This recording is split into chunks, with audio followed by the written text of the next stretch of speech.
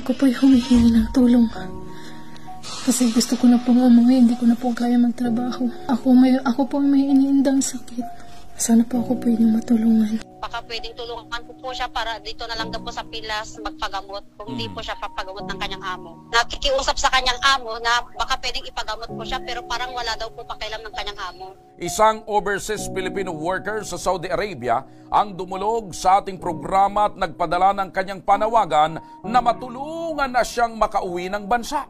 2 taon na raw kasi siyang nagtatrabaho bilang isang domestic helper at sa mga taon na yon, stress lamang ang kanyang natanggap sa kanyang abusado umanong amo at nagkalagas-lagas na raw ang kanyang buhok at nagkasakit na sa balat.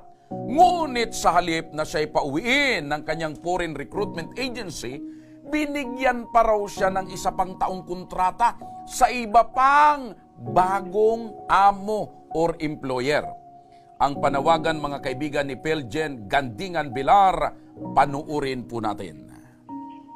Nang araw po, ako po si Peljen Bilar. Ako po ay nagtatrabaho ngayon dito sa Tabo, Saudi Arabia. Ako po ay humihingi ng tulong.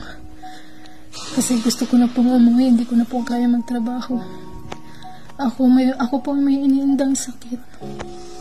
Ito po, liig ko po yung lumalaki na po. Sana po ako po inyong matulungan. Ayan po mga kaibigan, at parang hirap na hirap talaga itong kababayan nating OFW. Maging sa kanyang pagsasalita ay halatang halata po na nahihirapan na siya at sobra-sobra na yung dinanas niya mga kaibigan sa kanyang amo. At makakausap natin via Zoom ang kanyang hipag na nasa Action Call Center sa NCR. Maribel, magandang hapon sa iyo. Kailan mo pa huling nakausap itong hipag mo? Nag-message na po sa akin na hindi ko daw po siya makokontak dahil ibibigay po daw siya sa mga kapatid ng kanyang amo. Ito bang hipag mo gaano nakatagal na nagtatrabaho sa Saudi bilang domestic helper? Magdadalawang taon po, sir, sa October po. Patapos na ngayon, Oktubre yung kontrata niya, pero ipinasa na siya sa ibang amo. Opo, sir, sa kapatid at relatives din po ata po ng dati niyang amo yun, sir.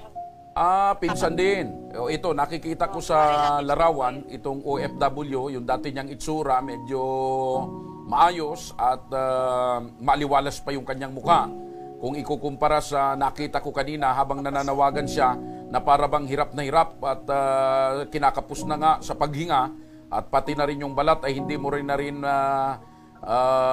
mailarawan ng maayos kasi ibang-iba ng itsura ng balat niya, no? Grabe na ang nangyari dito sa hipag mo, Maribel. Bakit hindi pa raw siya pinapauwi? Nagpaalam na ba siyang umuwi? Nagpaalam na po siya pero hindi siya pinapayagang makauwi, sir. Tapos nakikiusap sa kanyang amo na baka pwedeng ipagamot po siya pero parang wala daw po pakialam ng kanyang amo. Ito bang pagpasa ng kanyang amo doon sa kamag-anak na doon siya magtrabaho, kagustuhan ba ito ng pinsan mo or pinilit lamang siya?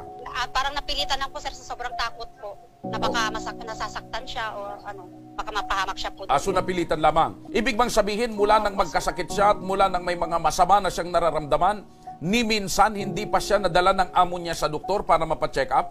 Hindi po daw, sir, siya may muna po, kaya po siya nagmakawas sa akin na baka pwedeng tulungan ko po siya para dito na lang daw po sa Pilas magpagamot kung hindi po siya papagamot ng kanyang amo.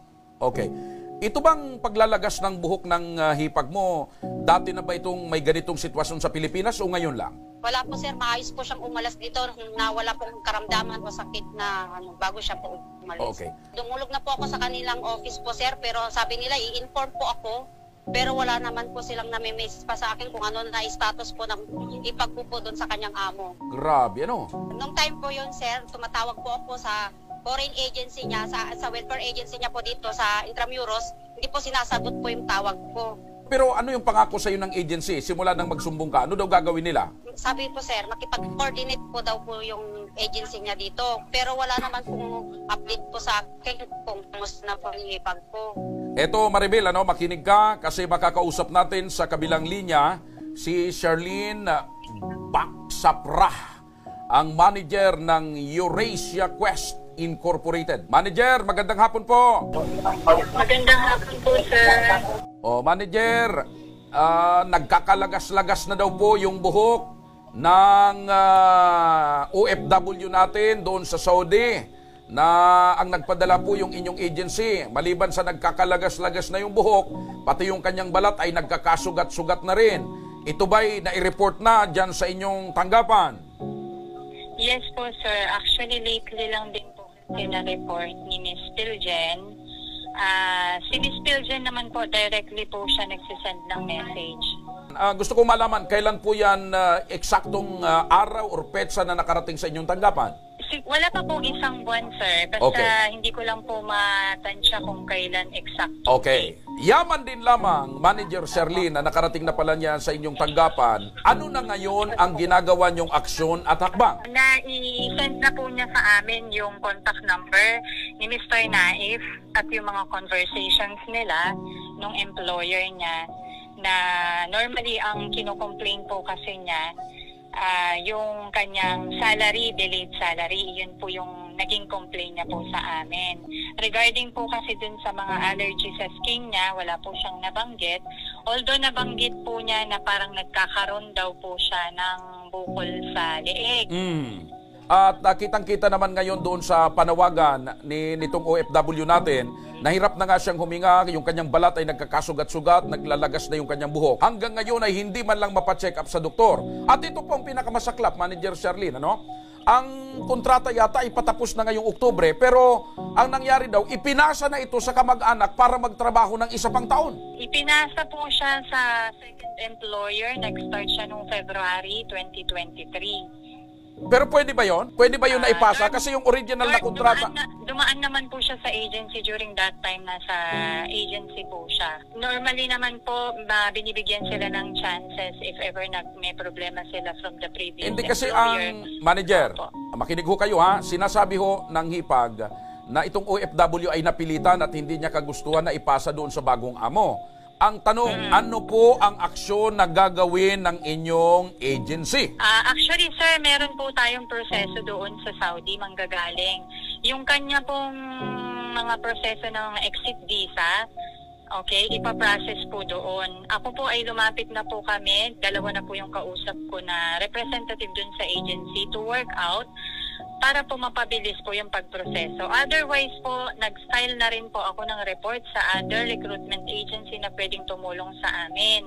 And may complaint pa po kasi siya, yung salary niya is delayed. So tinanong ko siya, ilang buwan pa ba ang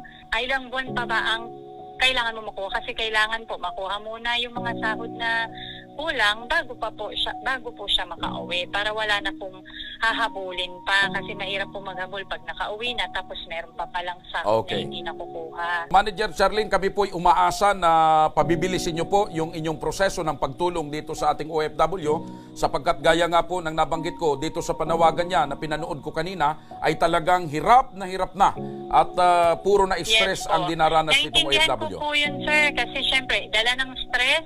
Kaya siguro kung ano-ano na yung nararamdaman niya sa katawan niya. Pero hindi naman po kasi siya sinasaktan ng amo or normal lang po siguro overwork yung mga trabaho ng mga DH doon. Manager, makinig ho kayo at makakausap natin sa kabilang linya rin ng ating telepono si Attorney Sherilyn Malonzo, ang Direktor ng Operations Center ng Overseas Workers Welfare Administration or OWA. Magandang hapon po muli, Attorney. Magandang hapon po. May sumbong na naman yung ating isa na namang OFW na nagkalagas-lagas na rawang buhok at nagkasugat-sugat ng balat dahil sa pinipilit siyang o sa sobrang trabaho at pinilit pa siyang ipasa sa pangalawang employer. At isang taon raw siyang ulit magtatrabaho bago makauwi ng Pilipinas kahit tapos na yung kanyang 2 taong kontrata. Ito po ba, attorney, ay bawal? Actually po, kung ano po dapat yung nasa kontrata, pag ita-transfer po sa second employer yan, kailangan po, ito po ay dadalhin po sa ating MWO. Kontrata daw po kasing una, ipatapos na ngayong Oktubre, pagkatapos ipinasa para isa pang taon. Ay, hindi po natin pwedeng pilitin ang ating OFW kung tapos na po ang kanyang dalawang kontrata.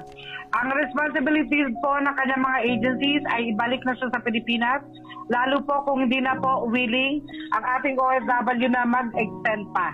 Una-una dapat pinagamot po siya. Kasi meron naman pong insurance ang ating mga OFW, may medical insurance yan. So ito po ay dapat na inaasikaso talaga ng agency niya, no? Kausapin ng employer na siya ay ipagamot po. Ay ang mananagot po dyan yung mga agencies po. Kasi Ayun. may joint and solidary liability tayo. Opo, Kaya actually, kailangan i-coordinate po nila yan and ensure po yung safety po at yung health po ng ating OFW. Saka una-una may violations na po kasi nga pinapalipat-lipat siya ng amo po. So alam naman po ng Philippine Recruitment Agency na bawal po yan.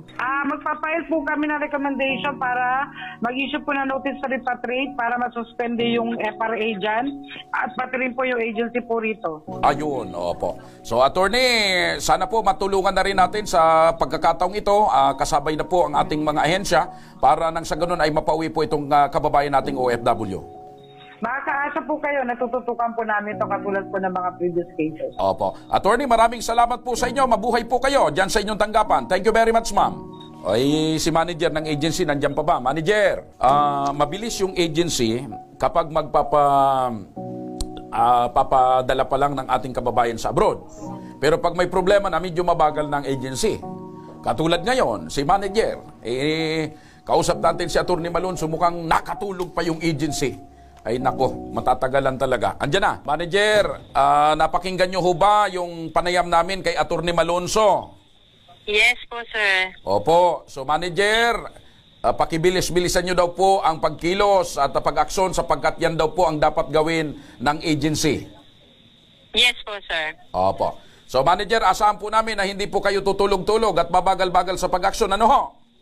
Opo, wag po kayo mag-alala. Opo, maraming salamat manager. Thank you. Okay po, maraming salamat din. Okay, balikan ko naman yung hipag ng OFW, si Maribel. Maribel, Maribel, napakinggan mo yung interview natin sa manager ng agency at kay Atty. Malonzo. Opo, sir. Sisiguraduhin po ng aming team na matutulungan po yung hipag mo na makauwi dito sa Pilipinas at susubaybayan namin at sasamahan pa namin kayo sa pagsundo dito sa hipag nyo kung sakasakali. Ano ho? Sana po makauwi na po siya para maipagamot na po dito sa Pilipinas. Maraming salamat po sa programa niyo po, sir, dahil napadali pong mga proseso yung pag-uwi po ng hipag po. Okay. So kami po ay umaasa na sa lalong madaling panahon ay makauwi na po ang inyong hipag nang sa ganun ay makapiling na po ng kanyang pamilya at ganun din ay maipagamot na dito sa Pilipinas.